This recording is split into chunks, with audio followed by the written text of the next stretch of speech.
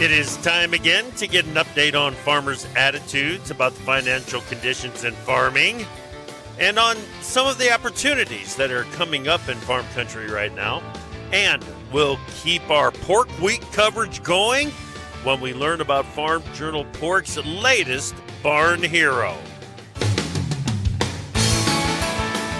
Live from Pork Week via Farm Journal Studios, this is AgriTalk. This morning, it's my parents' anniversary. We'll also talk with Dr. Jim Mintert from Purdue, and then it's Summer Doty from Isla Crest Farms with Farm Journal's own Jennifer Scheich. I'm the handsome newsman Davis Michelson, and now the host of AgriTalk, Chip Flory. Boy, I tell you what, that is one way to get a shout out. Did Ron slip you $5? Oh, Ronnie and Bubba have a big day today. I can't really talk about the compensation involved, but I think this is a big one. I think they were married on 6/4 in 64. 6/4 in 64. I think that makes it 60 years, right? Check my math. Is that 60? I believe that is 60 years. Wow. Yes, sir. Yes, Congratulations sir. to my parents. Nice wow. work. Congratulations, Ron and Marcia. 60 years of wedded bliss. Mm-hmm. And, you know, how he managed to keep hold of her for this many years is just beyond me. Beyond me. Yeah. I'm convinced she doesn't see very well. That might be it. That could be it. It might be a vision problem she's dealing with. And she probably doesn't listen well. She can hear fine. She can hear fine, but just doesn't listen very well. Yep. There's all of those things that you can do to compensate for, sure, the partner.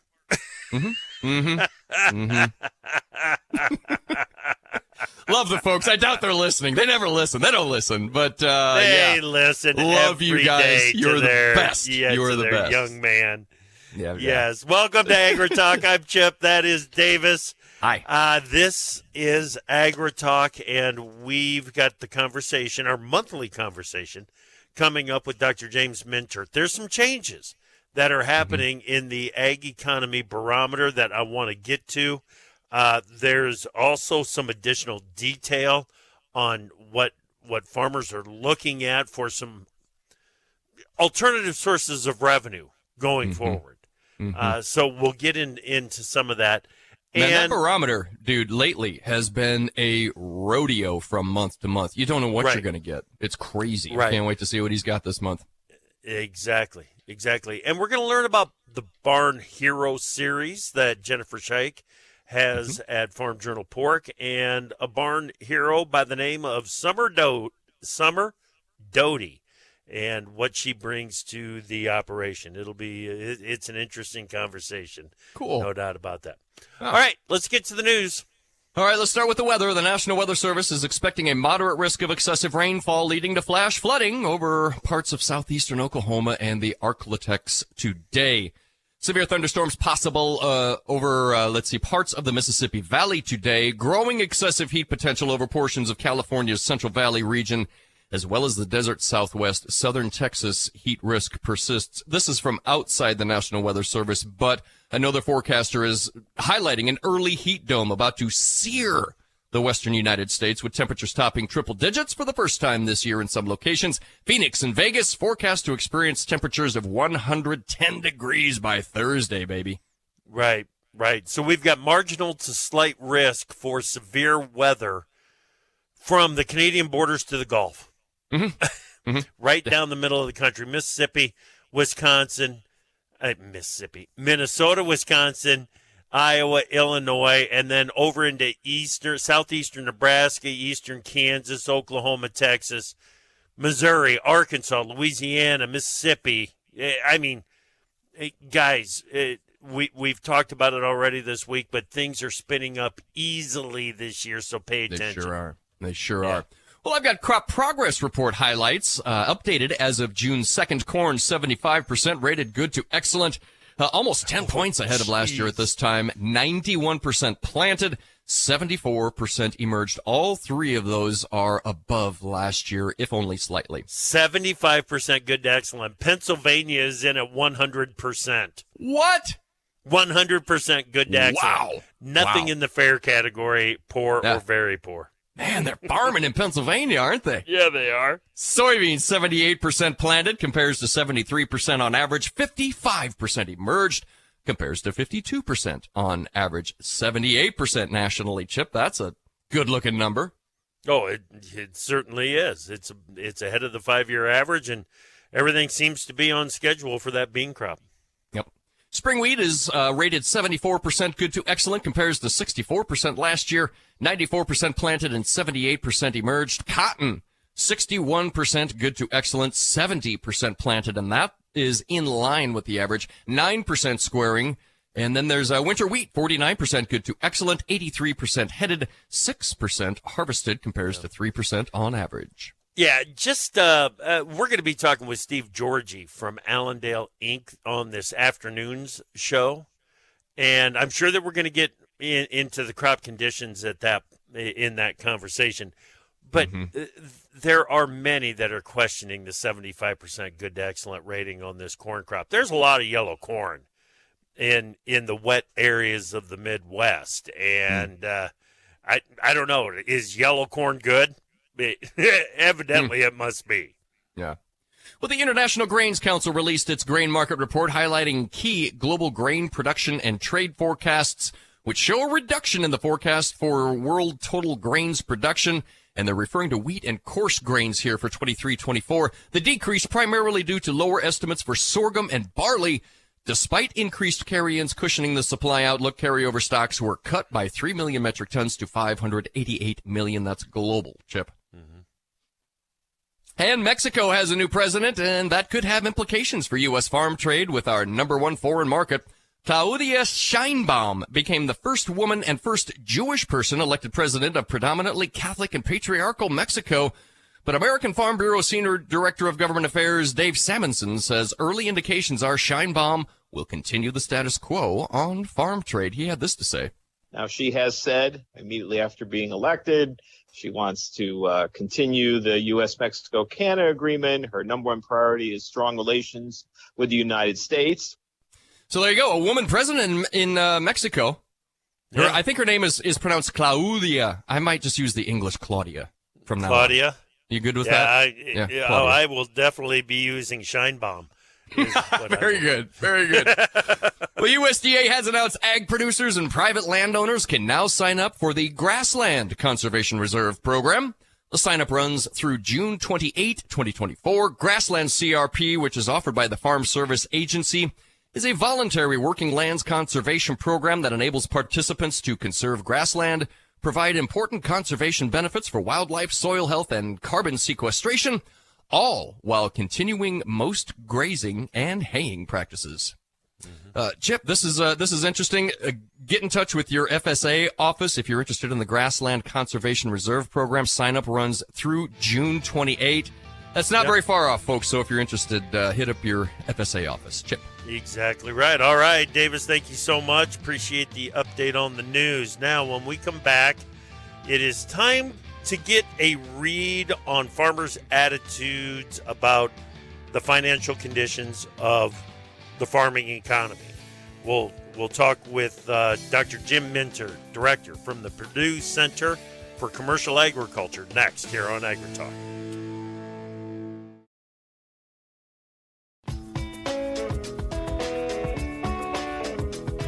The best talkers in ag, including you. Join the conversation on AgriTalk. Call us at 855-4TALK-AG. Welcome back to AgriTalk. I'm Chip. Glad you're with us on this Tuesday morning of Pork Week here at AgriTalk and all of Farm Journal. We're going to be heading over to Des Moines in the World Pork Expo for our coverage tomorrow and Thursday. Please be sure to stop by booth number V. Is it Davis? Is it a number if it starts with a letter? It is a number if it starts with a letter. Yeah, it might be a Roman numeral. Yeah, Roman numeral what they're doing is mixing 5. those. I got it. Yes. I got it. So it's booth V as in victory. Right. 785 is where we will be broadcasting V, from. 7, 8, followed by the number 5, Right. preceded by the Roman numeral 5. I don't know how people are going to find this. This is just downright confusing. It's in the varied industry building. Oh, there's the V. Okay. There's the V. That makes sense. Yeah, it all makes sense now. You can draw a line straight to it on the map right now. Okay, Dr. Jim Minter, director of the Purdue Center for Commercial Agriculture, joins us right now. Jim, it's good to talk with you again. How are you? Good to be back with you, Chip.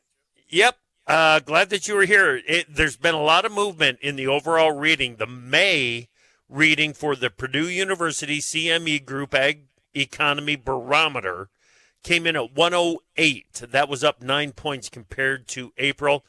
There are a couple of indices that go into driving that overall reading. Talk to me about that. Yeah, so it's kind of interesting, Chip. As you pointed out, the barometer index did go up a little bit, 9 points. If you look at on a little longer term basis, last month, April, we were at 99. A year ago, this time, we were at 99. So in some ways, we're kind of in a trading range of about 99 or 100 on the low end, and on the upper end, maybe 125, 126 in that ballpark. So we've been kind of bouncing around here over the last, really, I guess, 2 years, actually, not just 1 year. And Jim, what is 100? So yeah, I'm glad you asked that. So we started doing the survey in 2015, the fourth quarter 2015, and every index has to have a base period. So our base period is the fourth quarter of 2015, first quarter of 2016. If you take our monthly readings from those 6 months, they will, by definition, average out to 100.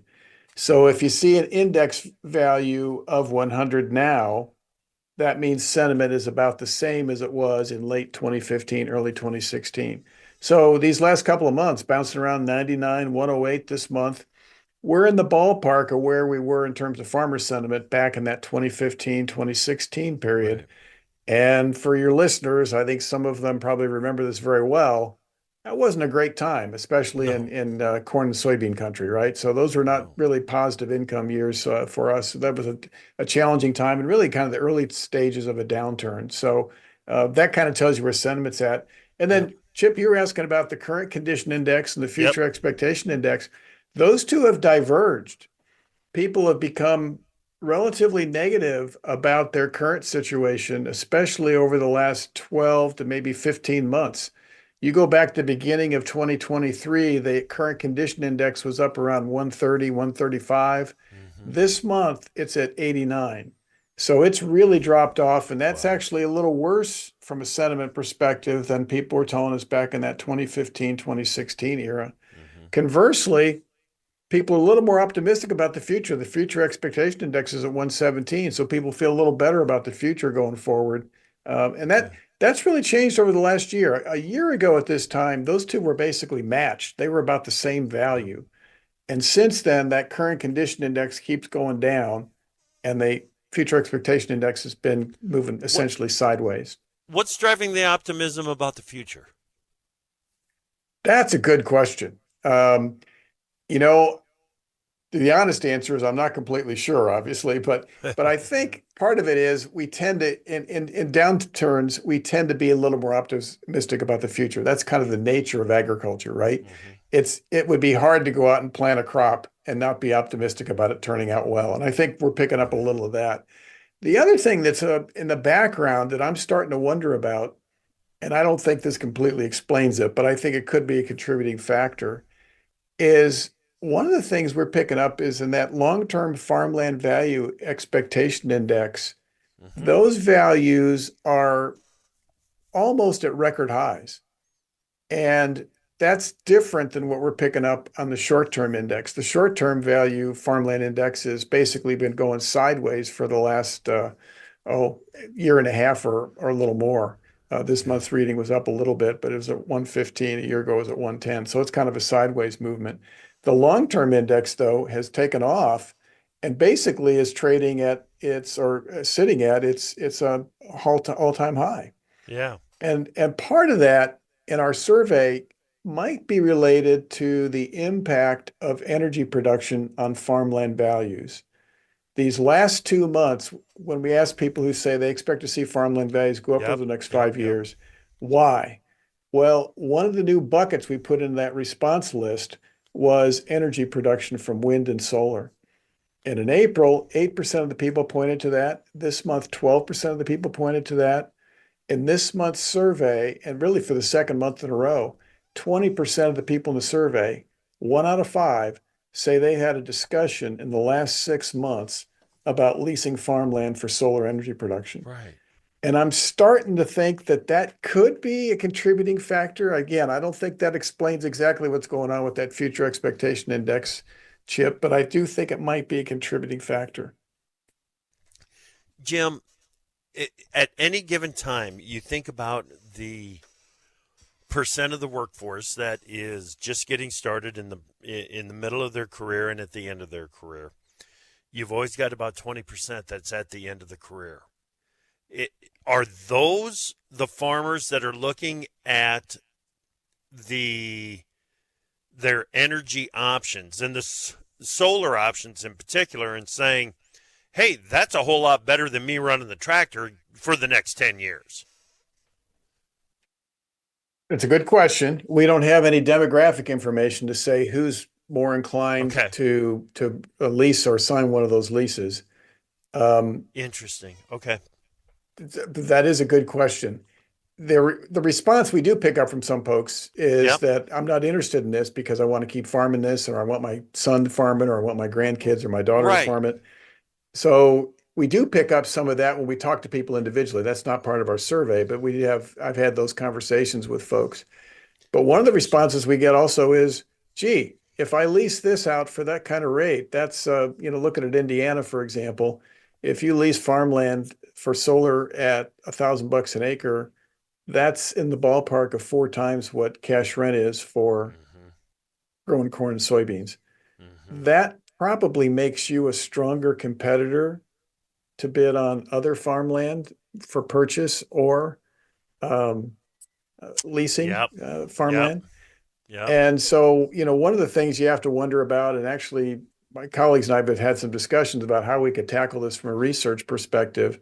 We're starting to wonder if that's having some spillover impacts on farmland values, right? And that's, I think our survey would suggest that could be going on.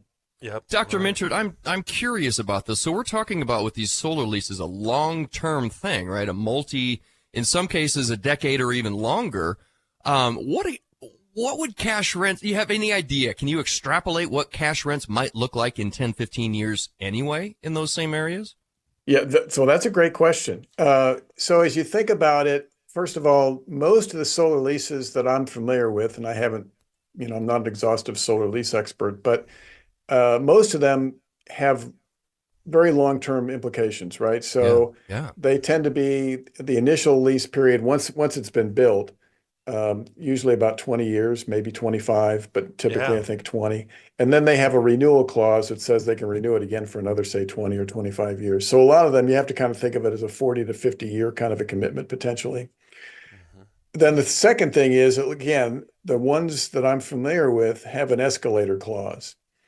And the escalator clause usually is anywhere from 1.5% to maybe 2.5% per year increase in that rental rate during that production period, and it compounds.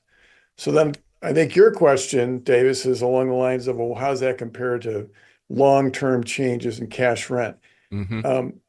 Long-term changes in cash rent, I'm basing this on my colleague's work, Dr. Michael Langemeyer here.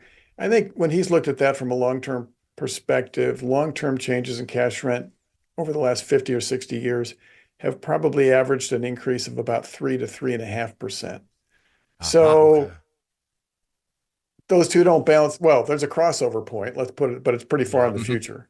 And then the other thing is a lot of the leases that at least I was familiar with initially were being negotiated during a time frame when inflation was lower than it has been recently. And as a result, I think those escalator clauses might be changing. They might be going up a little bit. So Gotcha. Jim, we could talk about this all day. I love this survey. I'm so glad you do it. Thank you so much for bringing us the details again. Appreciate the opportunity and look forward to visiting with you again next month. All right, good stuff. Dr. Jim Minter, Director of the Purdue Center for Commercial Ag. Summer Doty is up next.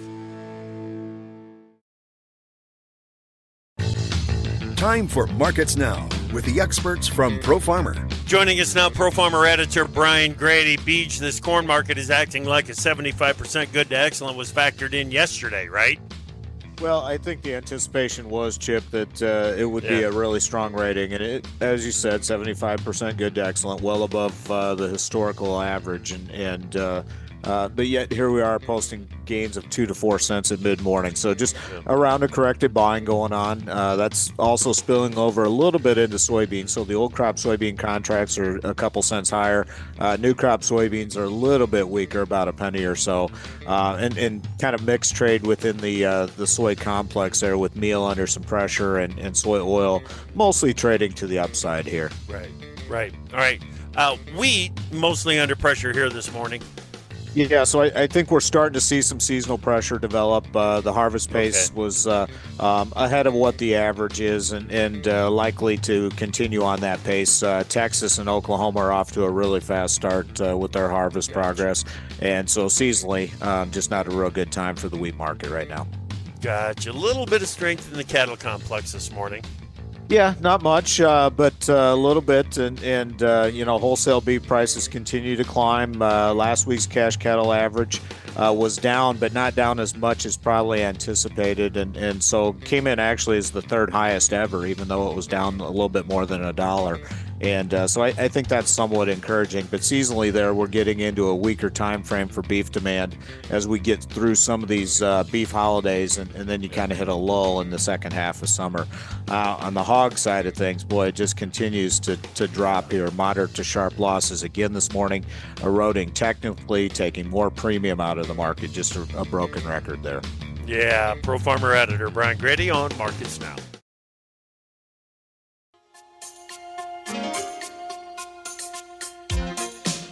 Opinions expressed on AgriTalk do not necessarily reflect the views of Farm Journal Broadcasting, affiliate stations, or sponsors.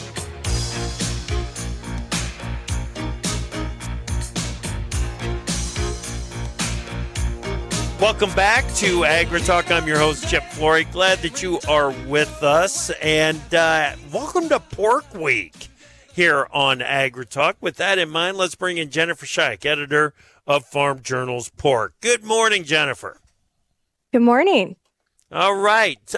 Jennifer, you have been working on a series of barn heroes, and it's a fascinating series that you've got on www.porkbusiness.com.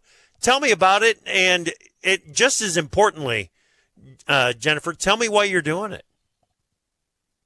Well, first of all, thank you for joining us to feature pork all week. We're just so excited to be talking about the great things that are taking place in the pork industry.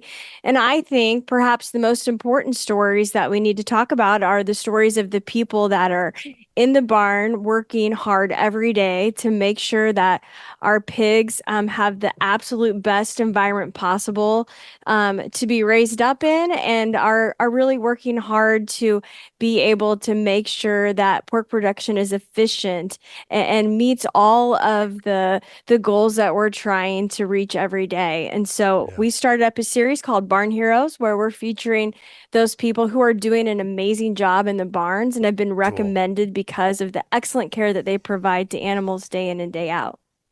Excellent. One of those barn heroes that you have featured, Summer Doty, over in Ohio, joins us right now. Summer, welcome to AgriTalk. Yeah, thank you for having me. Yeah, glad that you're here. Tell us about what you do at, is it Isler Crest Farms in Prospect, Ohio? Isler Crest. Isler Crest Farms. Yeah. All right. So I'm a farrowing manager here at Isler Crest Farms.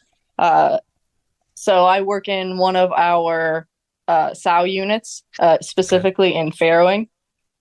So I take care of all of our gestating, lactating, farrowing sows. All right.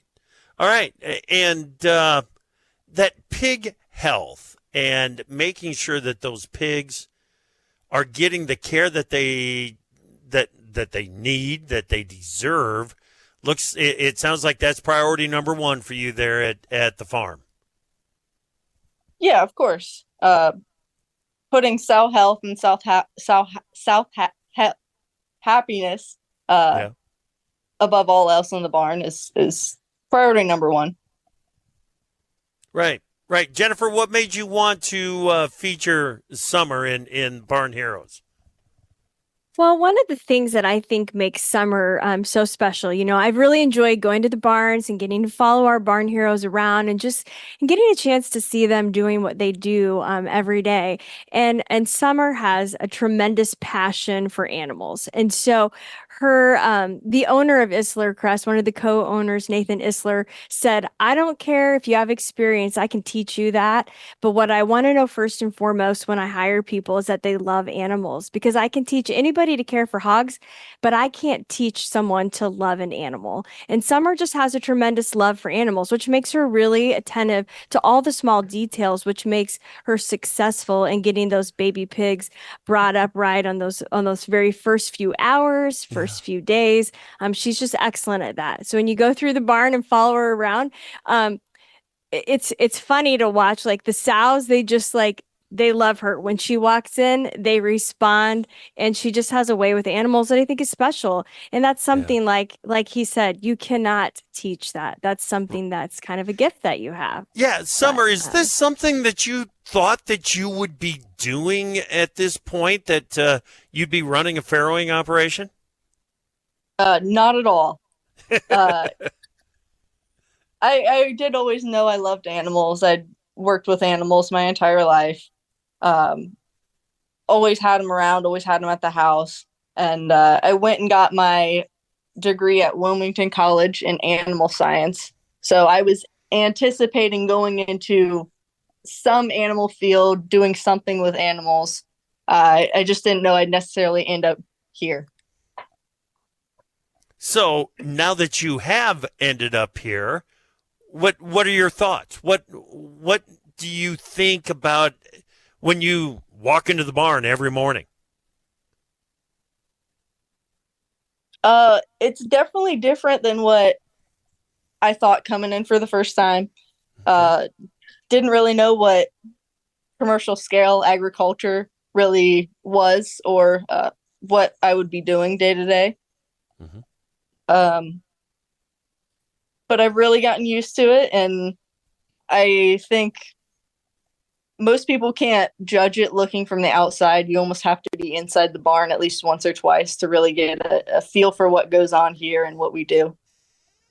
Summer, what I want to is, since that learning curve is so steep, what I want to know is about your first day on the job. What did it live up to your expectations? It's been so long now, I'm not sure if I knew what my expectations were at the start. First day on the job was kind of like any job. You're trailing around, learning everything at once. And if you retain 20% of it, that's a great second day.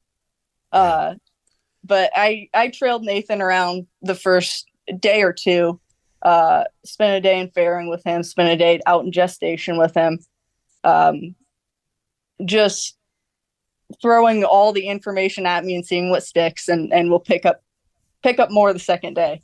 But no, really wasn't what I was expecting.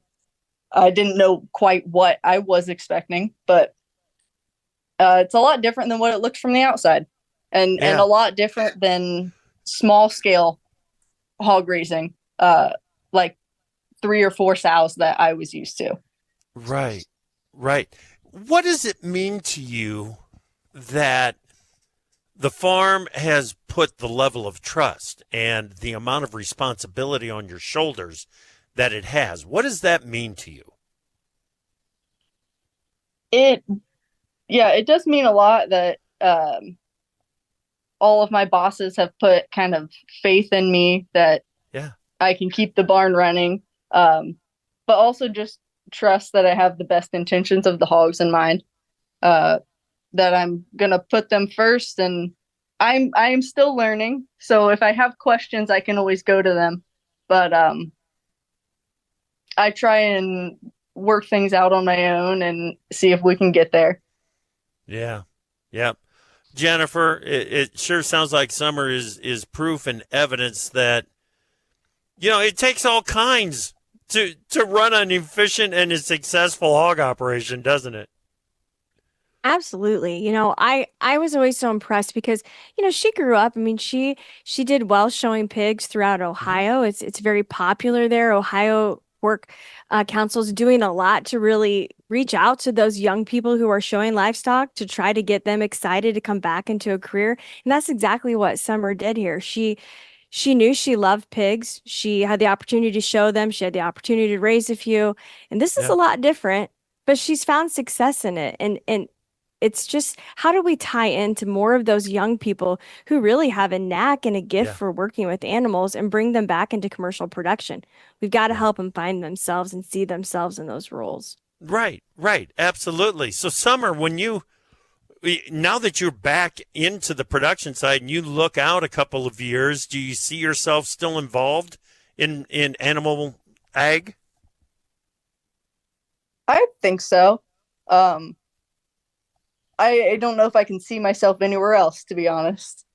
Even if it's not with pigs and I move to another species or I move to another barn on the farm. I think it's something that I will always participate in, and I can see it being a career for myself. Yeah. Yep. I don't want to talk like Summer isn't here. and part of the conversation, but Jennifer, Summer is such a great example for the rest of the industry to look at and say, we're dealing with labor issues all the time. Well, hey, sometimes you just need to look right in front of you, and the answer to your labor problems might be right there. Absolutely. She didn't grow up that far away, and they reached out and worked through her college and put up an ad, and man, they really landed a jewel and somebody who can bring a new perspective into the farm as well, too. I think that's what's really cool. Our barn heroes that we're going to be featuring all have different paths that they've taken, but they're all making a huge impact in the barns that they work in. And Summer she may be young, but her experience and her perspective and her attention to detail make her a hero. And she is very special on their farm. Yeah, that's very cool. Very cool. Jennifer, it is a cool series that you are working on. We're going to get to know some of the young people that are coming into the industry and that are working hard and contributing a real contribution to the success on the farms, just like Summer is providing. It's really cool. Summer, thank you so much for your time. Yeah, thank you very much. All right, that is Summer Doty, a farrowing manager at Isler Crest Farms in Prospect, Ohio. And Jennifer, thank you as well for joining us this morning. My pleasure. That is Jennifer Scheich of Farm Journal's Pork. We are celebrating Pork Week all week here on AgriTalk. Be sure to watch for hashtag Pork Week on Twitter. Be sure to watch for the hashtag Pork Week. And we are going to be live at the World Pork Expo the next 2 days in Des Moines, Iowa. Be sure to stop by the booth and check it out. We are at booth V, as in Victory, 785.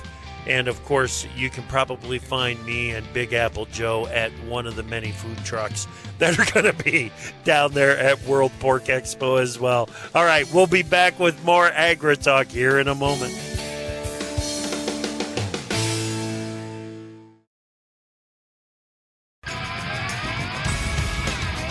The truth is hard to come by these days, unless you listen to AgriTalk. And welcome back to AgriTalk, everyone. Thanks for listening this morning. Your pal Davis Michelson here with Chip Flory, as always. Right. Pork week. I got a pork roast on the counter in the slow cooker right now. Low and slow, baby. Nice. You gotta wait. Gotta give it time. Gotta let it happen. Let it happen. Smoked a couple of pork chops last night for supper. Attaboy. Yeah. Sounds delicious. All pork all the time this week. Yeah, man. Yeah, man. Really interesting conversation with Dr. Jim Mintert. Yeah.